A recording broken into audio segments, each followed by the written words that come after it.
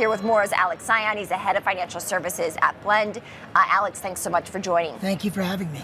So we have seen some stabilization, as I mentioned, of late as we head into the end of the first quarter, despite more tariffs being announced. What's behind that?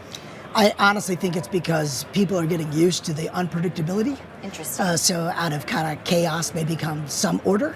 But I really do think that it's a volatile time. So I think there's going to be this ebb and flow between optimism and pessimism that we're going to have to deal with till we understand the broader strategy. Interesting. So how are you navigating this environment with the twists and turns? Sure. So I look at the market now through three lenses.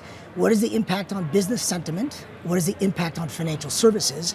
And then given my job and what we do at Blend 60, how does that play out for AI and AI transformation? So when it comes to the business sentiment, I think it's clear to me in the conversation we're having with clients that it's cautious. Right? People are very kind of, they're nervous about the environment today. When it comes to financial services, I think the same thing applies, but there's a bit more optimism in the long term. And then for AI, I'm cautiously optimistic. I think there's a lot of potential for AI to kind of weather the storm no matter what it does. Okay, interesting. So we did see a technical correction, right? That's a 10% pullback from a recent high that happened pretty quickly, just in about a 1 month span. Absolutely. And so were those buying opportunities? When we see the market pull back like that in this environment, do you think investors should consider adding? I think AI is the largest transformation of this age. And if you're a long-term investor, that's a bet you should be making. It's unequivocal to me that all large companies are going to be transformed by AI, and I think betting on that long-term is the right way to go. But again, there's going to be some volatility in the near term because there was a lot of kind of, optimism built in. It'll take a while. How do you factor into this equation that the Fed sees inflation rising or higher than it had previously expected, and consumers in the sentiment data anticipate that as well? I think, again, that leads to this climate of where you've got to be cautious.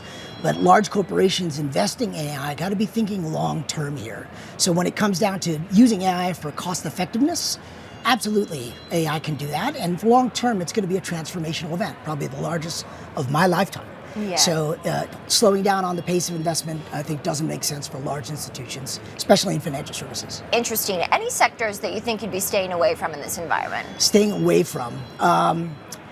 Right now, I think anything really tied to where the tariffs are going to hit the most, kind of the auto industry and maybe some of the, select manufacturing spaces, maybe that.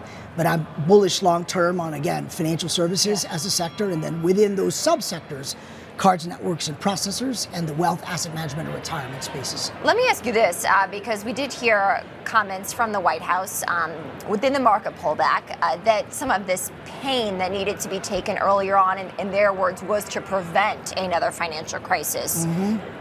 How can you describe that?